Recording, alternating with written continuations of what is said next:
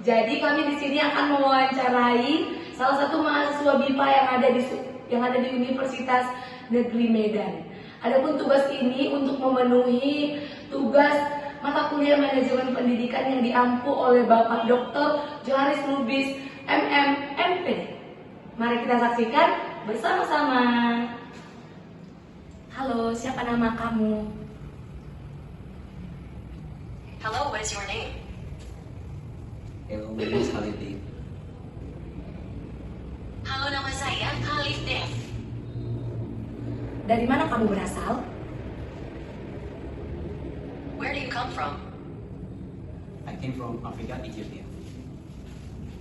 Saya berasal dari Afrika, Ethiopia. Oke, apa tujuan kamu datang ke Indonesia dan khususnya ke Universitas Negeri Medan ini? Okay, what is your purpose in coming to Indonesia, especially to Medan State University? My purpose to come to Medan State University is to study Bahasa Indonesia and as well as to study the culture of Indonesia. Tujuan saya datang ke Universitas Negeri Medan adalah untuk mempelajari bahasa Indonesia dan juga mempelajari budaya Indonesia. Oke, pertanyaan selanjutnya, menurut kamu bagaimana pengalaman kamu selama berada di Indonesia ini? Okay, next question. How do you think your experience was while you were in Indonesia?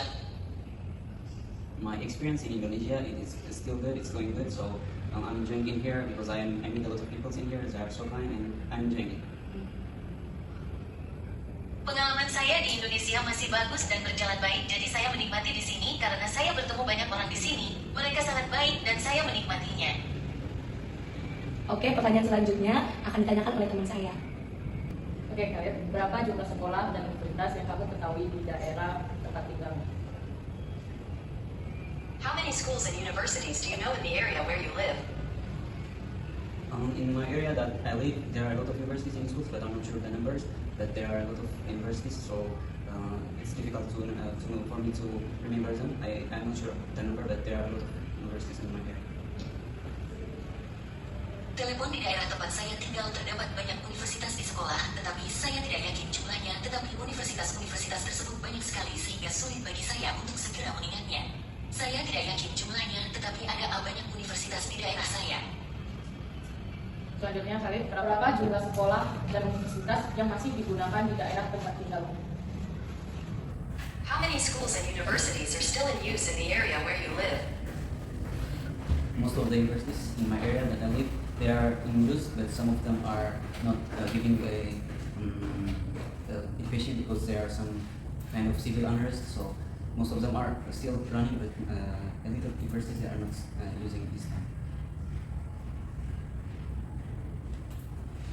Sebagian besar universitas di daerah saya yang saya tinggali ada yang menggunakan, tetapi beberapa dari mereka tidak memberikan pendidikan karena ada semacam kerusuhan sipil sehingga sebagian besar masih berjalan, tetapi sedikit ayat yang tidak digunakan saat ini. Oke, Khalid, berapa jumlah sekolah yang tidak digunakan atau sudah rusak di tempat tinggalmu, khususnya di Ethiopia? Okay, Callum, how many schools are not in use or have been damaged where you live, especially in Ethiopia? This time again, I'm not sure, and I'm not able to call the exact numbers that are not giving a some kind of. Kali ini sekali lagi saya tidak yakin.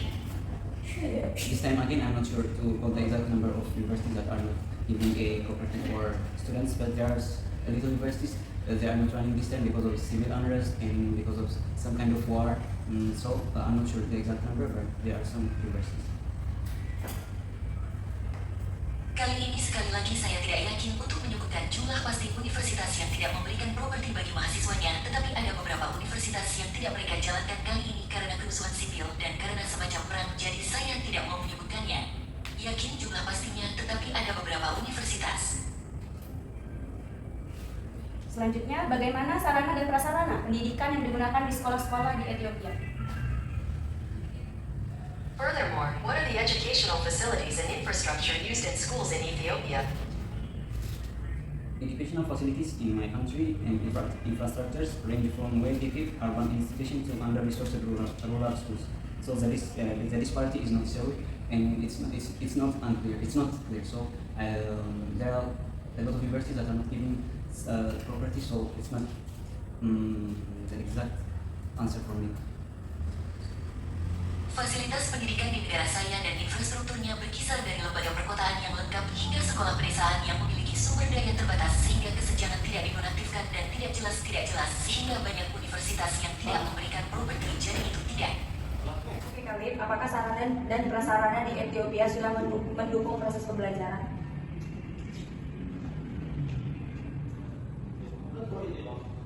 Okay, check whether the facilities and infrastructure in Ethiopia support the learning process. The facilities and infrastructure particularly support the learning process. Urban schools may have better resources, while rural schools they are facing challenges like lack of books and lack of some kind of material that support the study. So the rural one, they are not taking advantage from the studying and learning process.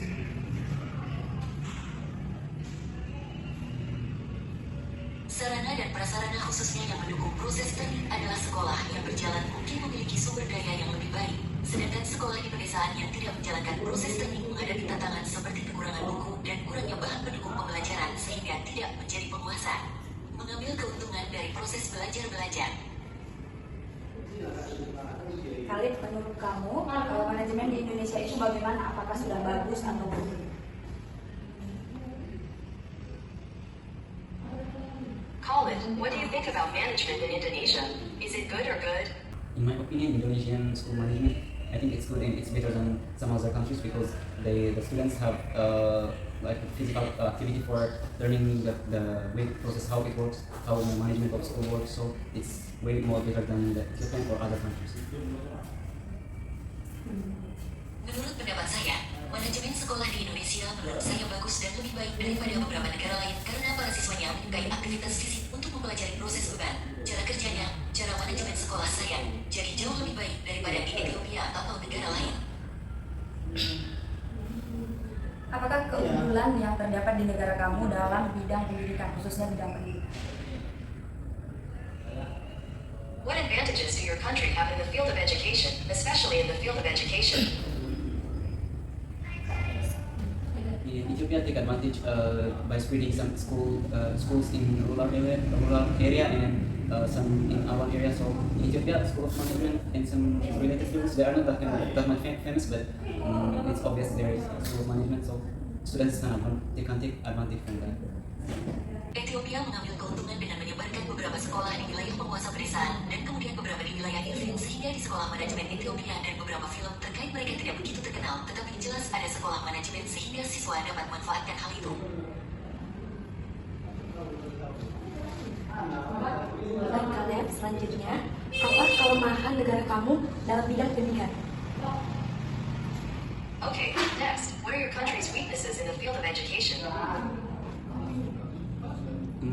The weakness of my country in the field of education it lies on because it's in developing country, it's our policies in developing country, so there is lack of some kind of materials for supporting the students. There is lack of money, so that will be the biggest weakness for my country. And there is a lot of things that my country cannot buy or cannot afford for its students, like laboratories and like libraries. There are not kind of libraries.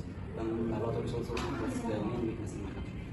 Kelemahan negara saya dalam bidang pendidikan terletak pada karena negara ini merupakan negara yang bungkus. Kategori-kategorinya berada di negara-negara berkembang sehingga kurangnya bahan-bahan untuk menunjang siswa, kurangnya dana sehingga menjadi yang terbesar.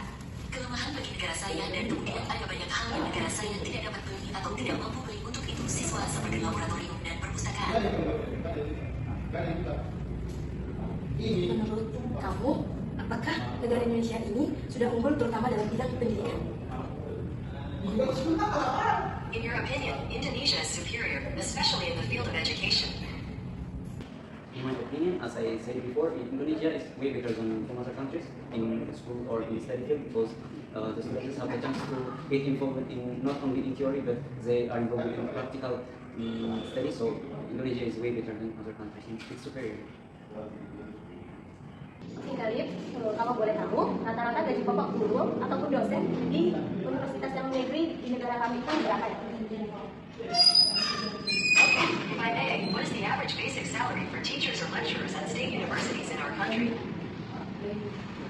In Ethiopia, the salary for teachers and for lecturers is not that much because they emphasize that which my country did for teachers in Ethiopia gaji guru dan dosennya tidak seberapa karena yeah, in Ethiopia the salary for teachers and lecturers is not that much good because they emphasize my country gives for teachers and lecturers is not good. So the teachers and lecturers they cannot afford even for buying some kind of car or home. So the salary may fall in rupiah between like 1 million up to 2 million per month. So it's not that much good. Ya, di Ethiopia gaji guru dan dosen tidak terlalu bagus karena beban negara saya terhadap guru dan dosen tidak bagus sehingga guru dan dosen tidak mampu mereka bayar bahkan untuk membeli mobil atau rumah. Jadi gajinya mungkin pernah di Eropa antara 1 juta setelah 2 juta apartemen. Jadi tidak terlalu bagus. Jadi itu tadi gaji guru di negeri, sedangkan kalau gaji guru di swasta itu di Ethiopia berapa ya? Kali.